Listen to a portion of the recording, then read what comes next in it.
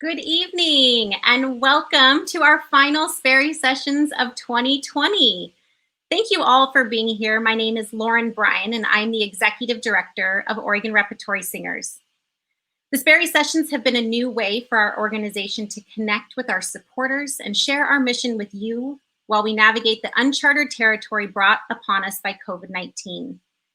We are thrilled that these sessions really seem to have resonated with a lot of people, and I'm grateful for everyone who has provided words of encouragement and support, which mean so much to helping us power through. And I'm equally grateful to those who have made a financial gift to Oregon Repertory Singers, investing in us when we need it the most.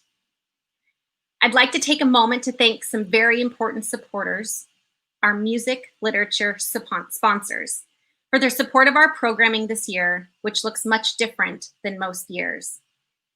Our music literature sponsors support not only the music, but the artists, composers, and conductors behind the music. And we are so grateful for their generous gift that was committed at our 2020 gala. And speaking of our gala, I hope you will all save the date for our 2021 virtual gala event, Over the Rainbow, where we will again virtually join together in support of Oregon Repertory Singers, as well as celebrate Ethan Sperry's 10th anniversary as Artistic Director of ORS. We've got a lot planned and we hope you will join us. The virtual gala event will be on Wednesday, February 24th at 6:30 p.m. with a pre-show that is jam-packed with performances filled with songs of hope that start at 6 p.m. I also want to thank and acknowledge our GEM supporters. Our GEMs are donors who have committed to giving every month. You can see all of our GEMs on the screen now, over 120 GEMs who are helping ORS responsibly navigate everything from our most basic expenses every month to allowing us to explore the virtual opportunities that help us fulfill our mission and bring music to you and our community, such as the Sperry Sessions or our virtual youth musicianship program for pre-K through 12th grade. This level of giving has been critical to ORS when we still do not have a concrete timeline for traditional revenues that come from concerts and tickets. We are so grateful to the steadfast troop of GEM supporters. Now, if this love giving is one that you want to commit to, we would love to grow our family of GEM supporters. A gift of just $10 a month for 1 year would be equivalent to what you may have spent on a season subscription this year or a group of tickets to any of our concerts. The road ahead is unfortunately still long and a little uncertain, so if you want to see ORS continue to fulfill our mission in new ways, please consider a year-end tax-deductible gift to Oregon Repertory Singers by December 31st. We need support from choral enthusiasts like you to help sustain us and ensure we return to the concert hall just as strong, if not stronger, than when we left it. You can make your gift in 4 ways. Online at orsingers.org, by mail at the address on your screen. You can call our office, and now very excited to announce today that you can now text to donate. So you can make a gift today by texting the word Sperry Sessions to 44321. Please consider a gift to Oregon Repertory Singers before December 31st. We greatly appreciate your support at any level. And finally, it is not lost on me that this week represents what would have been our glory of Christmas concerts, where we sing to sold-out audiences and engage with and showcase some of our talented local middle and high school choirs we have in our city, who are directed by members from our choir. And simply experiencing the joy and community that is exchanged by the act of singing and listening. We really wish we could sing for all of you in person this year. I think we all believed we would be in such a different place right now, but unfortunately, we just aren't. And it is still of utmost importance We continue to be vigilant about the health and safety of our singers, staff, and audience. And I really do believe that we are beginning to see the light at the end of this incredibly long tunnel. But we must continue to wait this out. So I thank you for engaging with us in this new way.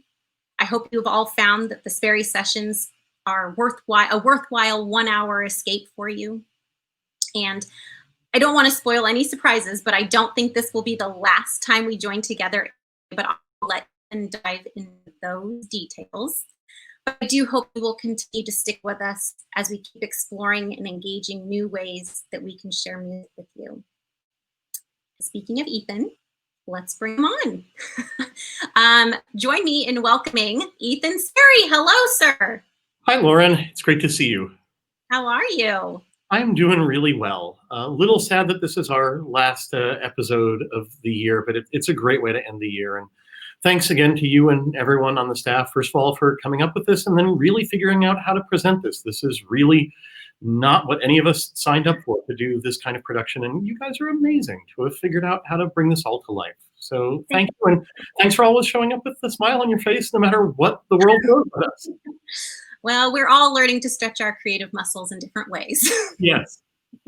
Well, cheers to the final Sperry sessions of 2020. And to everyone out there on Facebook and YouTube, and to anyone watching, have a very happy and healthy holiday season. Please take care of yourselves and those around you. And just simply thank you for being here today. Have a really great show today. Thank you, everyone.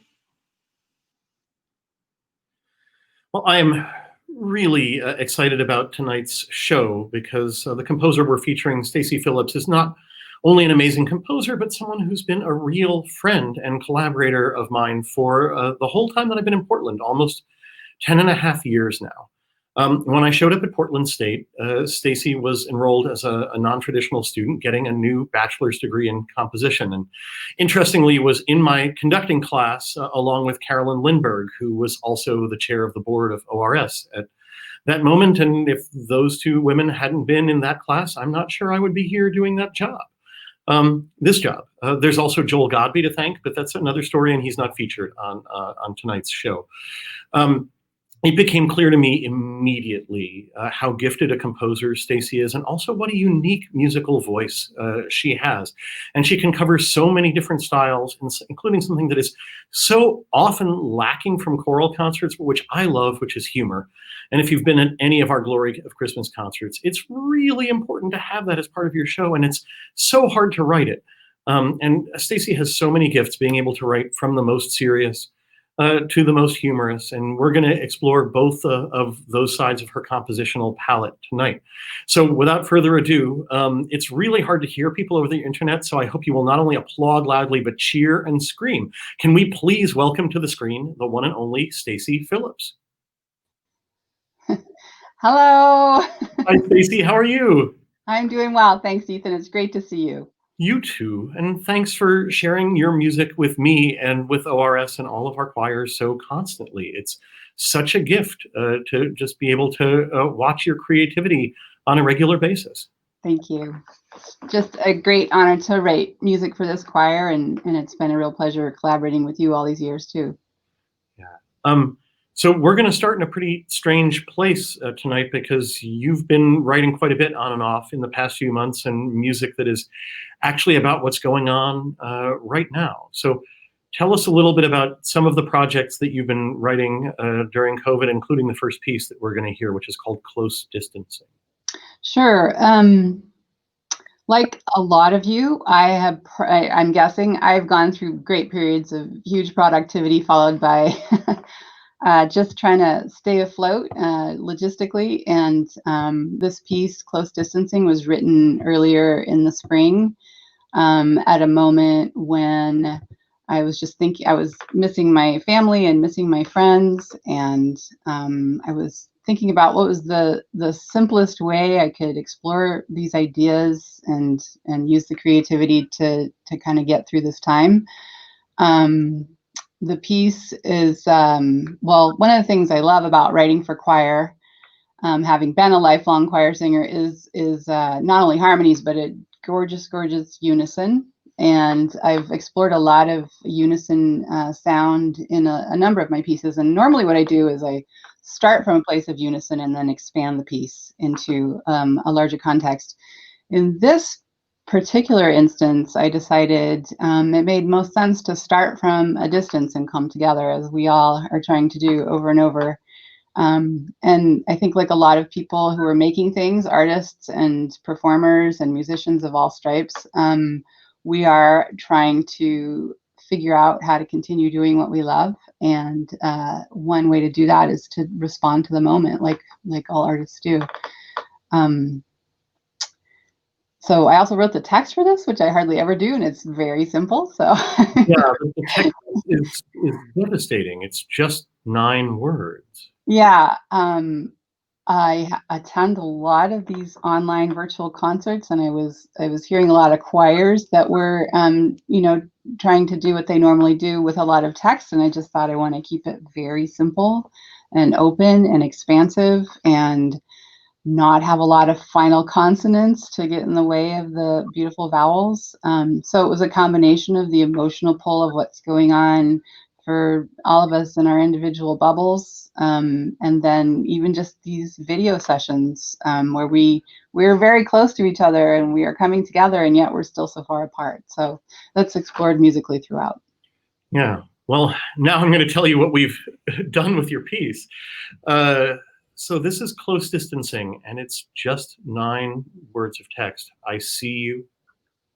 I hear you. I miss you. And when you sent it to me, it really broke my heart.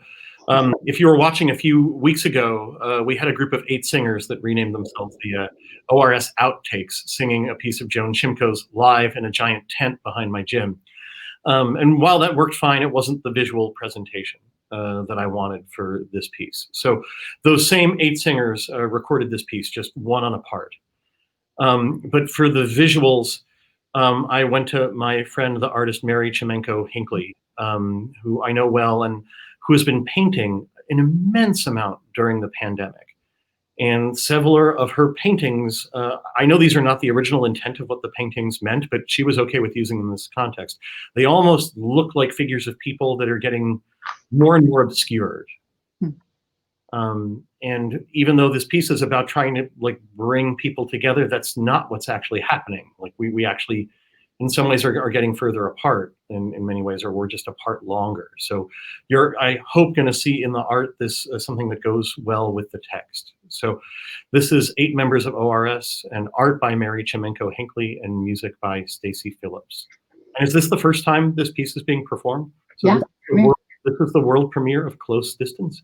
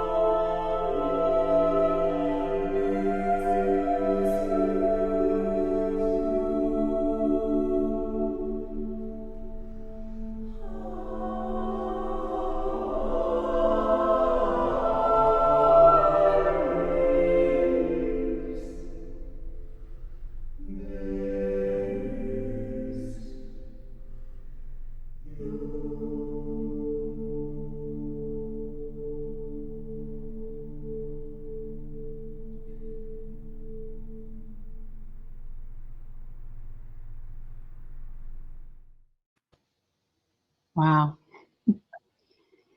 Well, I didn't bring tissues, so just beautiful. Thanks.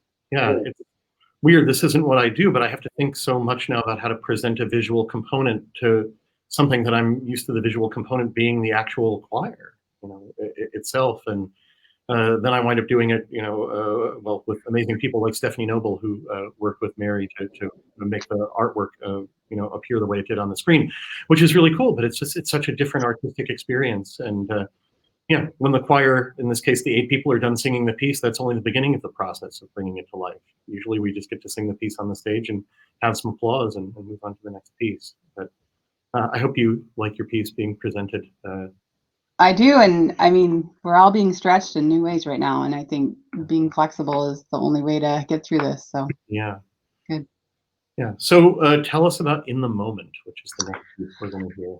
So In the Moment, I wrote also earlier this spring. It was actually commissioned by soprano Arwen Myers, who was putting together a program it was the first virtual recital that I heard in the pandemic lockdown time. And she was very forward thinking.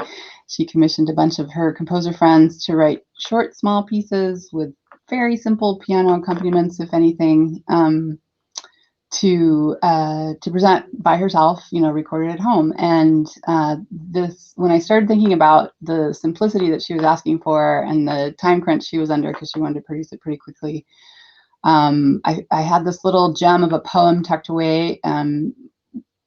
I read a lot. I'm a recovering philosophy major, so I love to read broadly and widely, and I just tuck prose and poetry away in to-do files for later, and this one bubbled up in this situation, partly because it's just a tiny little piece of text, and it was written by a 7-year-old named Hilda Conkling back in 1918 during the Spanish flu pandemic. And all of these, it just sort of made my hair stand on end when I realized all the connections we were going to have with this. And the poem itself is just about this little girl's impression of, this butterfly that she sees, and it seems like it's at the end of the day, and she's getting a little sleepy. And if you have kids in your life or know what kids are like when they go to bed, I mean, she doesn't want to go to bed. She wants to look at this beautiful butterfly. And part of what I loved about it was the reminder of the, young people's reminder, or even, if anybody's got COVID kittens or pets out there, just like observing someone who is so very much in the moment, enjoying the thing right in front of them. And it's such a wonderful reminder to just focus on that and keep breathing. And it's a lovely little piece. So. Fantastic. Yeah, it's a really stunning little miniature. And again, I was talking about how you're good at writing humor, which obviously this isn't, but also a lot of composers have a really hard time writing things that are short. And I think pulling that off can often be more complicated than writing something lengthy and successful. I think this is an amazing piece. And yeah, so we're going to hear it in just a moment, but I also forgot, just speaking to all of you listening, this is an interactive program, or it can be. If you have something you'd like to ask Stacey, especially after hearing one of these pieces, if you want to know more, or if you want to hear about her process, type your question into the chat and it will get to us here. Or type it into the comments of YouTube, or type it into the comments of Facebook, and we'll get that. This is your chance. I know a lot of you have seen Stacey on stage. You've been regular audience members, so you know her already. We didn't want to use these sessions to introduce you to new composers. We wanted this to be a chance to go deeper with composers that our organization already knows and loves. So if you got some questions, send them along. But for right now, you're going to hear our longtime soprano soloist and diva in all of the best senses of the word and none of the worst senses of that word, Debbie Benke, who is playing the piano and singing this herself. So here is In the Moment by Stacey Phillips.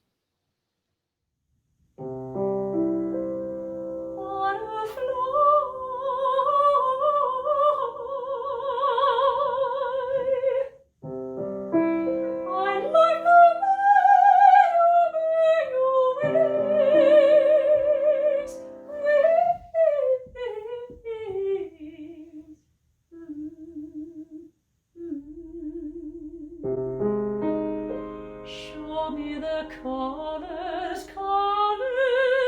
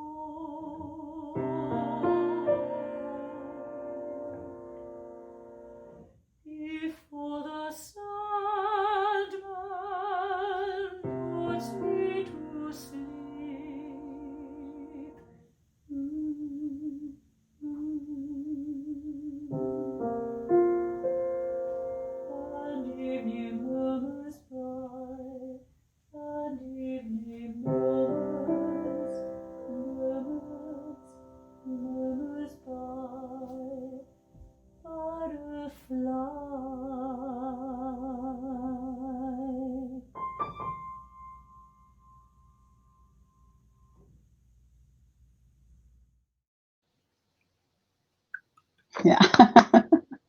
Lovely, Debbie. Yeah, it was really beautiful. So where do you draw your inspiration from? Different for different pieces, or what's your process? Oh, my process. Well, with a choral piece, I do write for chamber ensembles and orchestra when I get a chance, but I write a lot of choral music, and choral music really speaks to my heart, partly because I grew up in that tradition, but also because I'm a very text-based person. I would say 99% of the pieces I write are programmatic, and they have stories to tell, whether they're purely instrumental or they're text-based. But so for choral music, the inspiration comes from prose and poetry and stories that really resonate with me. Like I said, I read widely. I have a background in Western classics and translations of French poetry that I've done. And I mean, my inspiration is from living. Having come to this particular profession when I did, which was not, when you're supposed to, I guess, I feel like I have a depth of life experience that for sure, I wouldn't have had if I had gone to conservatory when I was 20. But it adds a whole layer of richness to what I'm interested in talking about and how I want to tell those stories. So it's a vague answer to what inspires me, but I have to say just being in the world. Yeah. And it's interesting because this is something that I think the whole choir has picked up on in so many ways. When we're singing your music, we are singing the music of a peer, both in terms of age, but also like you're in the choir and like you're somebody that shares a lived experience with us, and that comes to life in a really special way. But there are other stories like yours. Is a really wonderful composer from the Basque region of Spain named Javier Busto, who was a trained physician. Who came to composition. He's much older than you, but he came around the same age, to having that career change. And I don't think there's one path into this. I'm glad you followed your passion. Well, it's a long and winding road, I have to say. I was very invested in music early on. I started playing piano when I was 7, and my mom grew up as a choir singer and a pianist, and my dad plays guitar, and we had a huge stereo system, and I learned to sing harmony on road trips to the Eagles and Linda Ronstadt. And so, I mean, I just grew up hearing a lot of music, singing choir in junior high and in high school. And yeah, I also had a lot of academic interest, so that the right turn to philosophy was getting away from it for a long time. But I'm really happy to be doing it now. Yeah. Well, this explains another thing too, because we're going to make a right turn repertoire-wise and go from music about COVID-19 to Christmas carols. But you're talking about with the tradition growing up, that you must have been exposed to all kinds of Christmas carols with that background and learned to love them like I did. And I think the genre is fantastic. And we featured you in a lot of our Christmas concerts. But I think, are the 2 arrangements we're going to be doing tonight, are these premieres as well, or have they been performed before? These are both premieres. Yeah. One I wrote a number of years ago, and one I wrote a month or 2 ago. No, a couple months ago, probably. So I have a practice, I guess I would say, of writing, arranging an old favorite piece and writing a brand new piece with either new music or new lyrics or both every year. It's just a practice that I have. I love Christmas music. I'm not a religious person, but I grew up loving all that music, and my daughter loves it too. Mm-hmm. And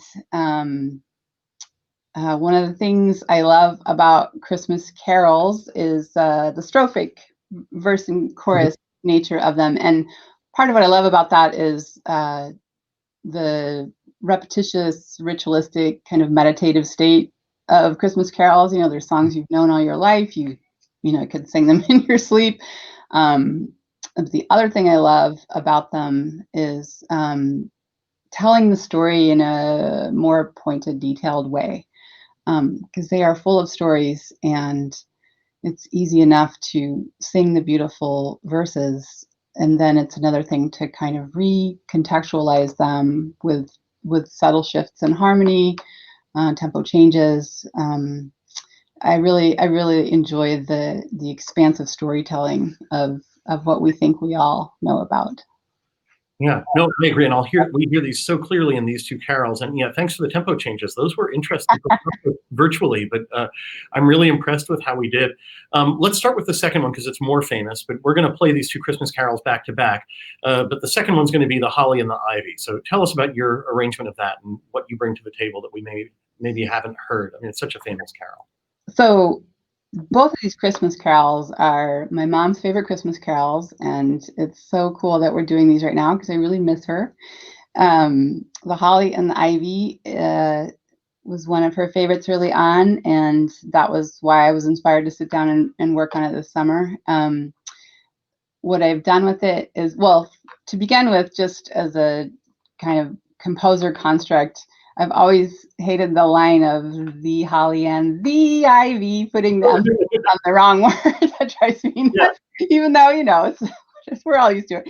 Mm-hmm. So I recontextualized that, giving the tenors a really beautiful lead up line to the word, and that made more sense with the actual text itself. And then the tenors get to repeat that phrase throughout, but all the other parts are either humming a drone, thank you basses, or they are changing the harmonies just very subtly, and so things shift throughout in a tune that you think you know, and actually the tune is still there. It's just being clouded by all these other things going on that we normally don't hear. But not to worry, the original tune comes back at the end. You'll hear it very clearly. Good. And before that, we're going to hear a much known carol, the Cherry Tree Carol. Yeah, it surprises me people don't know this one. I love this one. It's just an amazing story about Mary and Joseph. I don't really want to talk that much about the story because it's kind of cool to hear it unfold in the song. But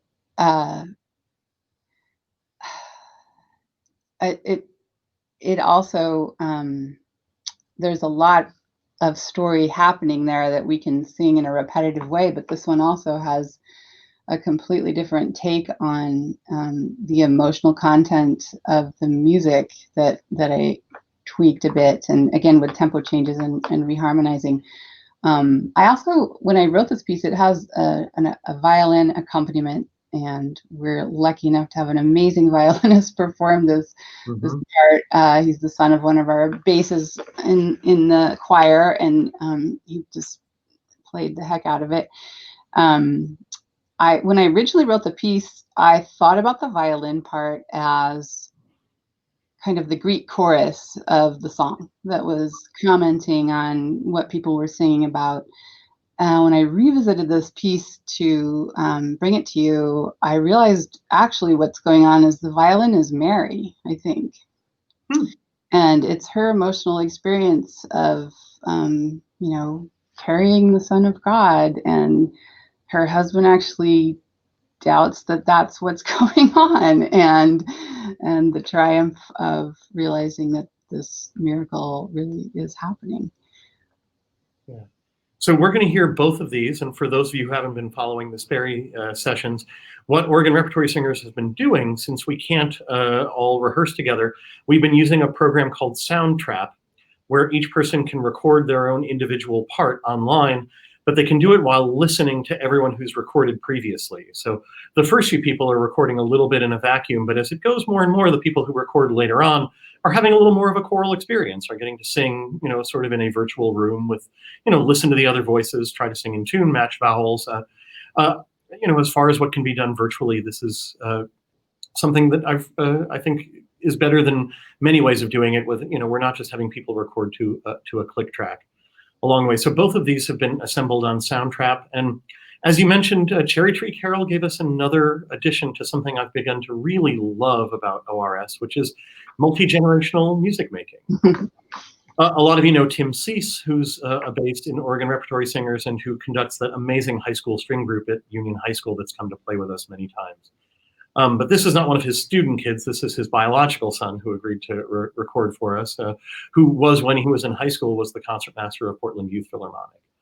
And it just occurs to me that I'm remembering one of our first concerts together was in the Portland State Summer Choir, combining with the First United Methodist Church choir to perform the Four Requiem. Mhm. And you asked if your daughter could join and be in the choir. And so I had to conduct you and your daughter. And my dad actually flew out to be the baritone soloist. So we had me and him on stage. And then Jonas Nordwall, the organist, had his son come and help him with the stops and page turnings. We actually had 3 parent-child teams all performing on stage together. And it's happened a lot in ORS. Jerry Haskins, our former board chair, sings in the group with her daughter, which is, I think, just a really wonderful thing to do. On our album, one of the pieces, Vijay Satyaraj, another one of our board members, his daughter played violin there. And it's just such a cool opportunity to be able to do this and to cross generations through music. And so it made me think about that. So you're going to hear first the Cherry Tree Carol, and then after that, the Holly and the Ivy, both arranged by Stacey Phillips.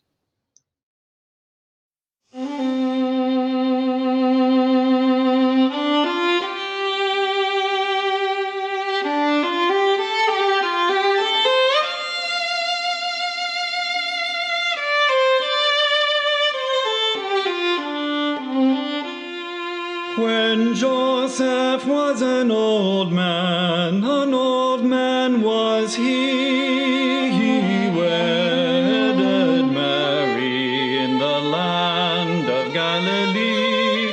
He wedded Mary in the land of Galilee.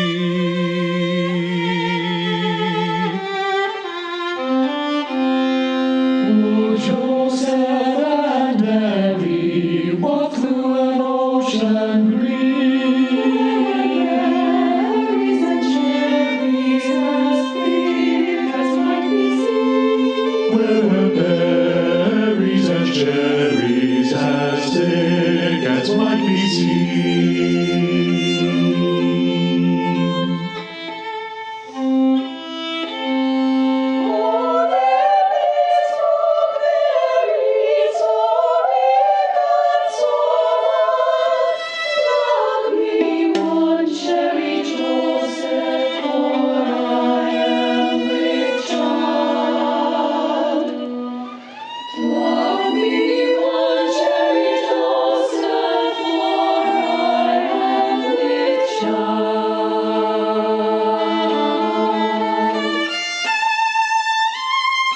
Oh, then bespoke Joseph with words most unkind.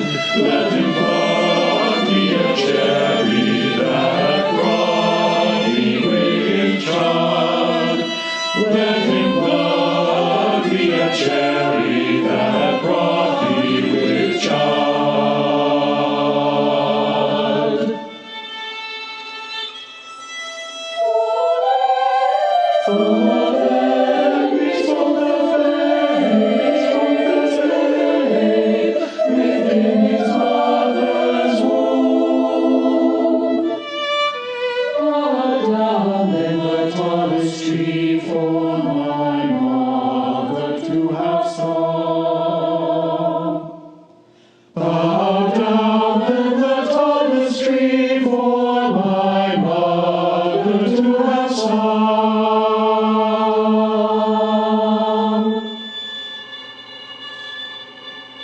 Then bow down highest tree unto mother's hand. Then she cries, see Joseph, I have cherries at command. Then she cries, see Joseph, I have cherries at command.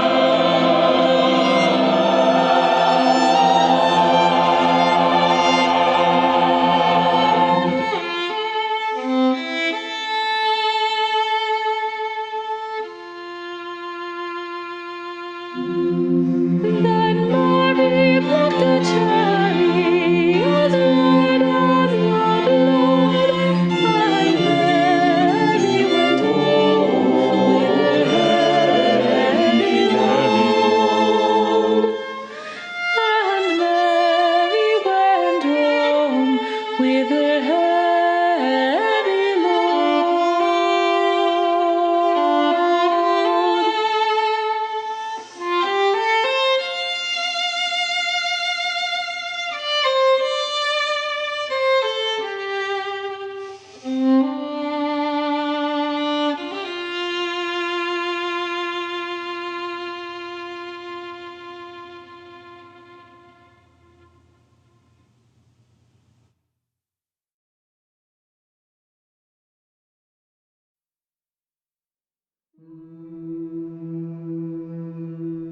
The holly and the ivy, when they are both full grown, of all the trees that are in the wood, the holly bears the crown. The rising of the sun,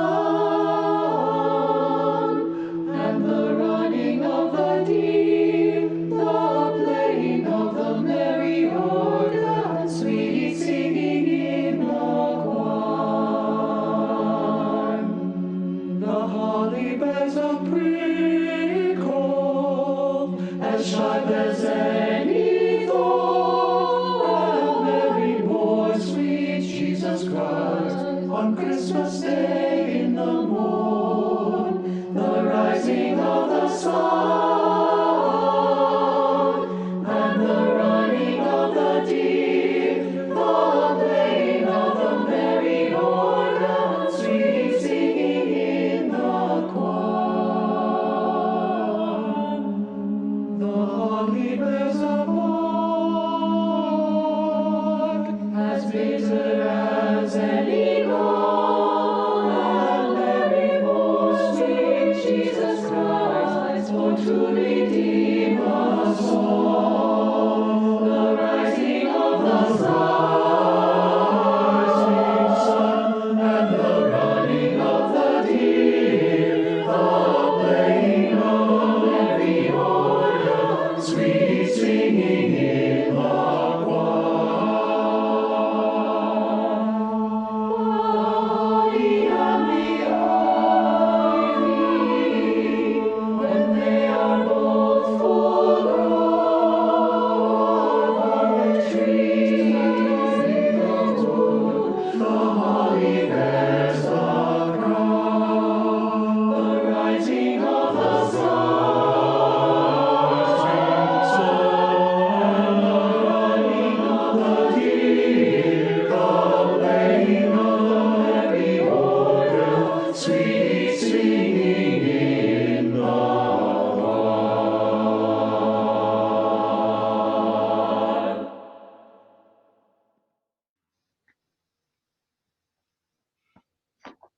Those are such great arrangements. Thank you so much for doing those. Those will be in a live Christmas concert as soon as possible. And I think everybody that sang those on Soundtrap had a great job, a great time doing that. I just want to say a special thank you. Last week we brought on Stephanie Noble, who does most of the videography work for us, and that was not the job she signed on for when she joined Oregon Repertory Singers. But one of our board members, David Peterson, has also been doing a lot of the video work, including the video of the holly and the ivy you just saw. So I just wanted to bring on David and acknowledge him. He also went to Debbie Benke's house and produced that video of the audio and video of her singing, and has just and helped us figure out how to use StreamYard, and has just gone like so far above and beyond, especially for a volunteer board member. So again, if we can have one more giant round of clapping and screaming for David Peterson, that would be really fantastic. My pleasure. Thank you. Thanks, David. So let's say somebody is watching tonight and they want to start doing their pieces with your choir, or maybe they want to look and see if there's solo music for them. How do they go and get access to your pieces? How do they buy sheet music? How can they find recordings? Right. So I'm self-published only. You have to know where I am, and that's at staceyphillips.com. And my name is a little tricky, so just look it up there on the screen. 1 L and 2 P's. And the sheet music is all digital PDFs ready to download. You can check it out anytime. Yeah. And for those of you who are considering doing Stacey's music, they really come beautifully laid out and with great program notes and explanations of the text, and all the things that you sort of wish every composer would provide you with are all there. It's really exciting and helpful. And thanks not for just writing good music, but for taking the time to give us the information we need to perform it beautifully. You're very welcome. I've had a lot of good teachers help me figure that out, so thanks. Yeah. So if you're out there watching tonight, all of these sessions have been free to you this year, but we hope you'll consider making a donation to ORS, especially during the holidays.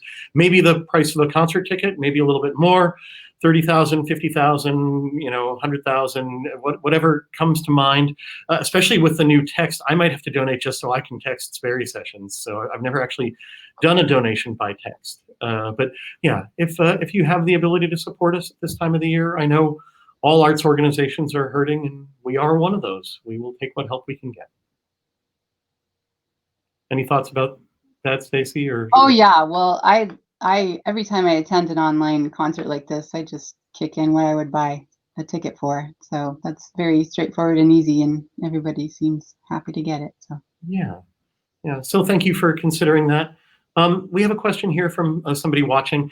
Do you prefer composing new, like from a blank slate, or do you prefer doing these kinds of arrangements of melodies that already exist? And do you approach them differently, those two processes, composing versus arranging differently? Let's see, to answer the first question, which do I prefer? Don't prefer either. They're both different. I tend to write more original music, but I did get in this habit of writing, of arranging the Christmas carols. Mm-hmm. And then Ethan makes me arrange pop songs once in a while for our gala, so I do that too. With regard to the second question, yeah, it's a very different process. Arranging a tune, and Ethan, you know this too. I mean, Yeah. arranging somebody else's music is kind of already sketched out for you too. So then you just need to make emotional and textual and context choices about how you want to tell that story. I mean, that's also true for composing, but I think original compositions for me with choir pieces, they start with the text, and I try to stay very true to the text. In fact,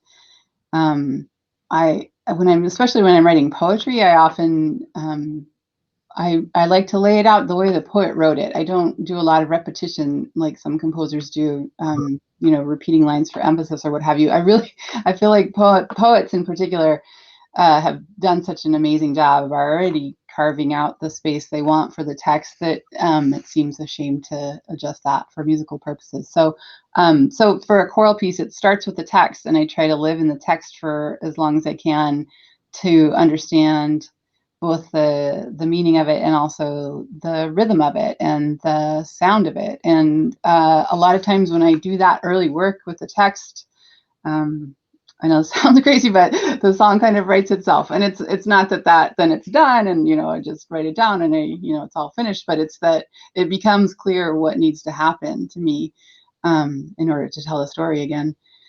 And then, and lots of terrible first drafts with that method, and then lots and lots of editing and time away from it and coming back to it. If anybody has any friends who are writers of any sort, novelists or poets themselves, you know exactly the process they go through. That's how I think about my process as well. There's terrible first drafts, and then there's editing and chopping things out and recombining and getting rid of things, and sometimes throwing the whole thing away and starting anew. So definitely has happened. Oh. Yeah, it's the most daunting thing to me. I've never written a piece of music that I've been happy with. I've done a lot of arrangements I've been happy with, but I've often felt like to really write a piece of music, you need to hear it in your head first, you just said. And I hear music in my head all the time, pretty much perpetually, but it's all music that's already been written by somebody else. So that doesn't really help me in my compositional process. But I have had moments of hearing a song and being, it really should go this other way instead. But I envy you, that ability to take a text and find these sounds in it that other people have not found before. It's really beautiful. Thank you. I know that the point you make about this is really how it should go is often how arrangements go for me. That's not quite what it means. Let's do it this way. Exactly. So we're going to change gears again and move on to Sudden Light, the piece that's on our professional album that we released a couple of years ago. And I'd be remiss in not reminding our audience that ORS albums make great Christmas presents, and they're still available either in physical form from us or, on iTunes or Spotify or any of those places if you want to download them and listen to them. Yeah, tell us a little bit about Sudden Light. I think some people have heard it before, but haven't heard it in a while. But tell us in particular about the poem and where you found it. Right. The poem is another one of those I tucked away because it struck me as such a potent condensation of this notion of deja vu, is how I think about it. It is that experience we've all had where you think you've been somewhere before, you've seen that person somewhere before, and it's kind of exciting and it's a little bit confusing and it's pretty strange. you wonder what's going on. The poem is by Dante Gabriel Rossetti, who was a poet who wrote in the 1800s, and he was very engaged in Victorian culture.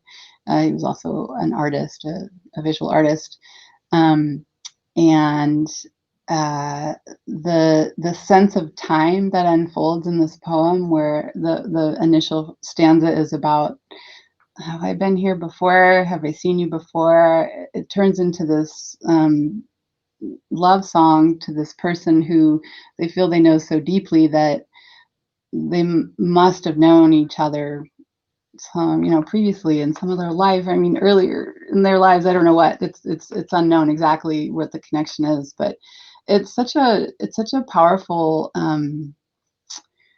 It really taps into our longing for recognition and connection, and maybe even immortality. I think the idea that perhaps we knew this person in another life, or anyway, it's a mystical kind of interpretation of it. And so I set it with a very old construct, a chaconne, which is uses a descending tetrachord. If you want to get really nerdy about it, it's 4 notes that just go down a scale over and over, and it's a loop, like we would talk about these days.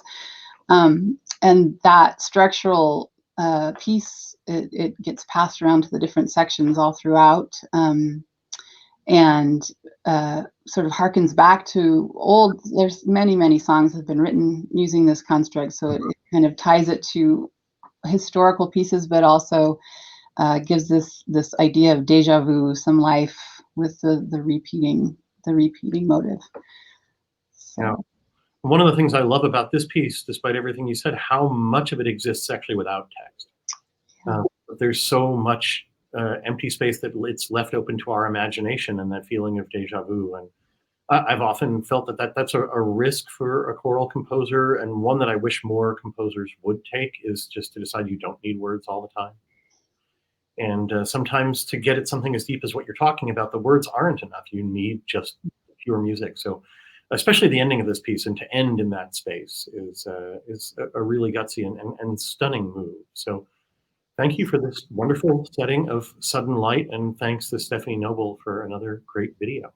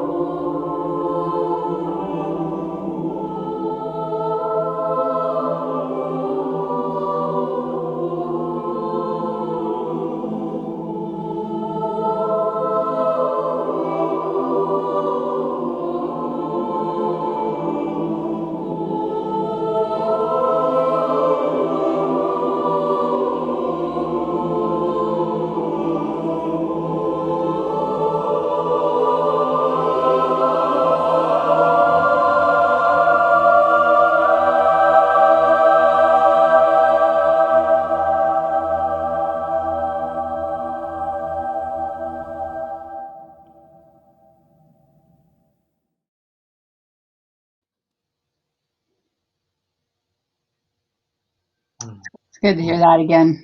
Yeah, such stunning people. So before we let you go for the evening, what's next? What is your next choral project? My next choral project is actually another pandemic piece, a collaboration with a playwright friend of mine.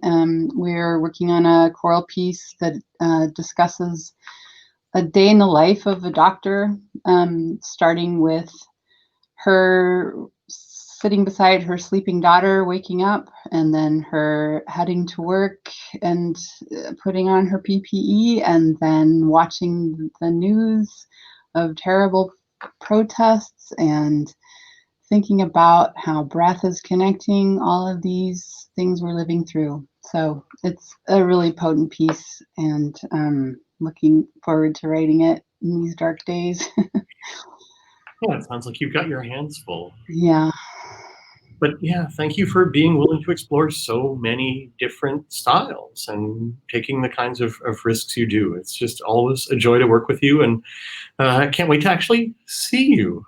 Likewise, thank you so much. It's been amazing. Yeah. And thanks to all the singers for all the time they put in making these pieces. It's been an amazing experience. Amen. So let's have one more thank you to Stacey Phillips for joining us tonight. We see you and we hear you and we miss you. Thank you. And we're going to close out tonight with one other piece of Stacey's live audio from a Christmas concert a number of years ago, a setting of the Gower Wassail. I was talking about adding humor to your arrangements, and you're definitely going to hear that. And that's kicked off with soloist Peter Hobb. So you have that to look forward to in just a couple of minutes. But thanks to all of you who have been joining us tonight and on previous sessions.